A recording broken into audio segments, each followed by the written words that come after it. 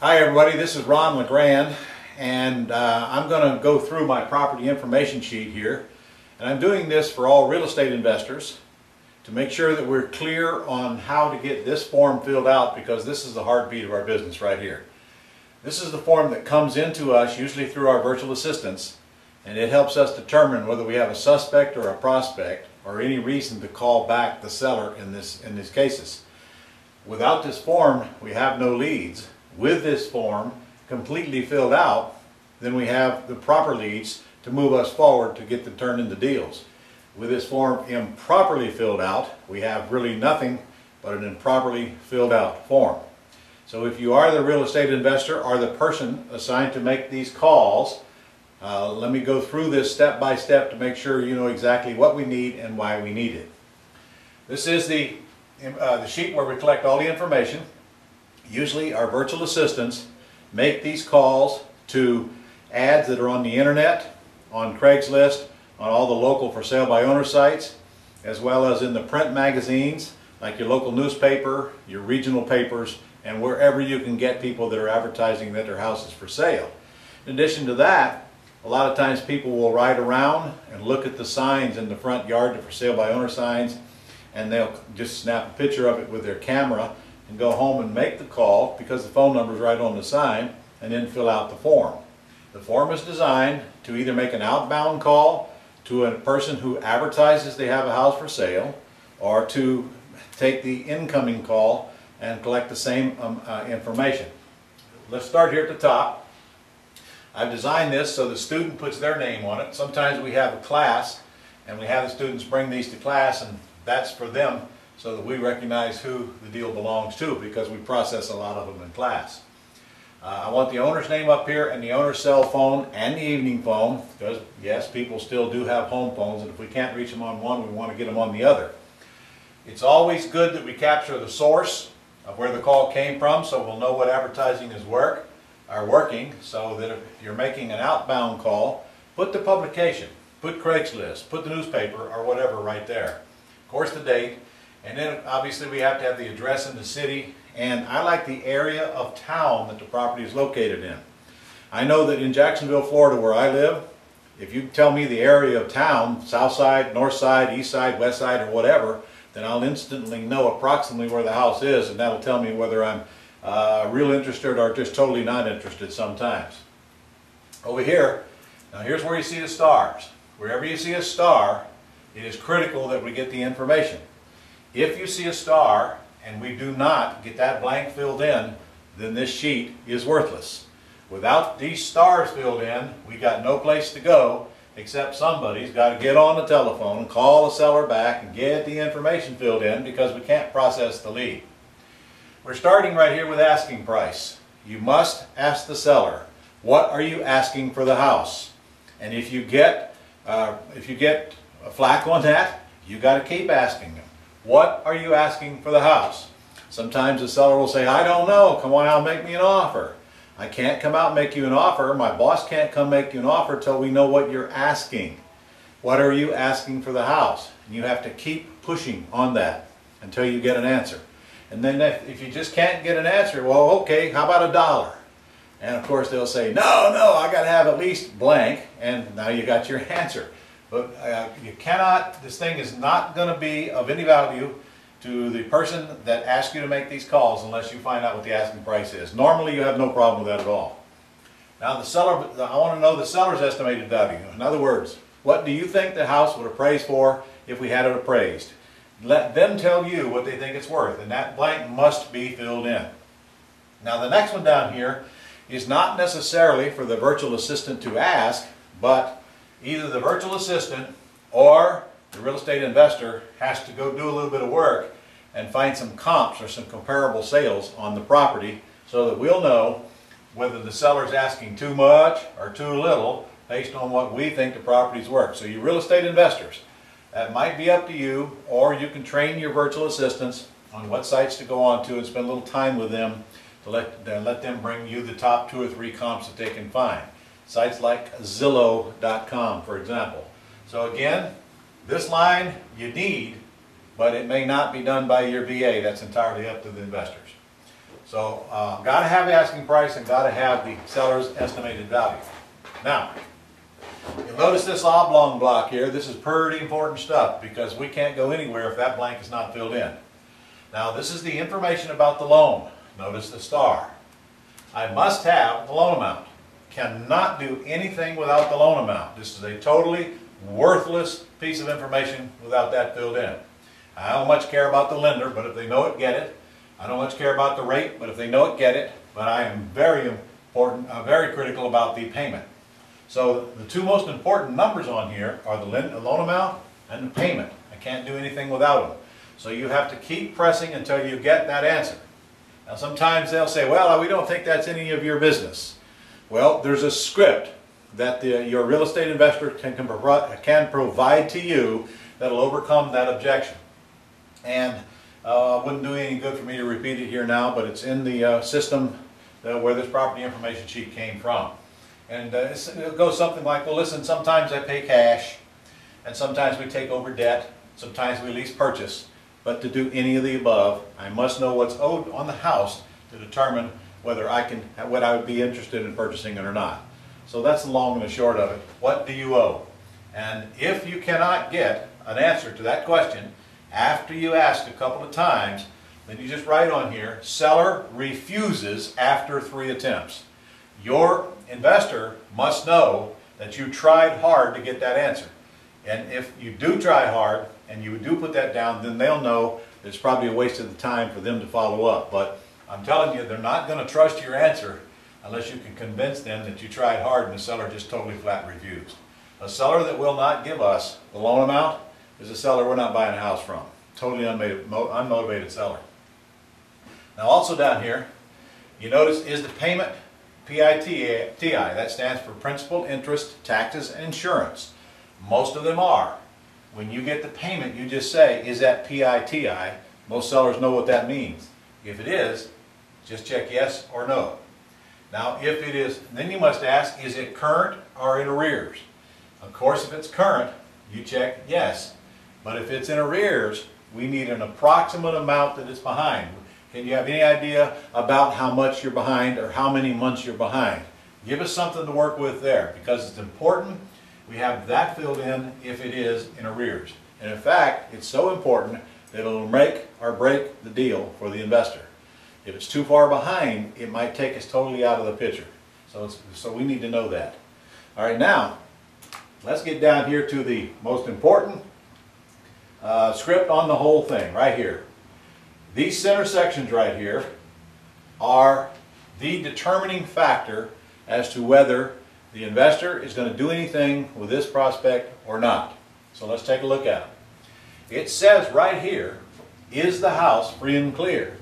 That means if the seller has told you up here that there's no mortgage on the house, then and only then do you ask this question. And the question is, will you consider asking monthly payments for your equity? If, regardless of whether their answer is yes or no, it must be circled here. See, it says circle 1. It doesn't say circle 1 if you feel like it. It doesn't say circle 1 if the mood strikes you. It says circle 1. If the house is free and clear, this lead is worthless unless you circle yes or no right there. Please do not circle it just to be circling it. Your investor wants to know if the seller has interest in taking monthly payments or not, and it's a very important piece of information for them. So if it says no, you will notice that it asks you to go right here where it says if no. If they say yes, you go down here to the yes column and say, okay, I'll have my boss call you back and find out what time would be good to call. And you're done. And you're done. Okay? So up here, if it says no, if this one is no, then it guides you to go right there. If no, would you consider a lease purchase making us responsible for all of the repairs? Okay? If they say no, then you circle no and you drop down to here. So you're saying if you don't get full price and all cash, you won't sell. Now, so we want a yes or no there. If it is a yes, we know that this is a waste of the investor's time and they won't even bother with them. So to recapture here, if I get a yes, they would consider owner financing. That's a hot deal.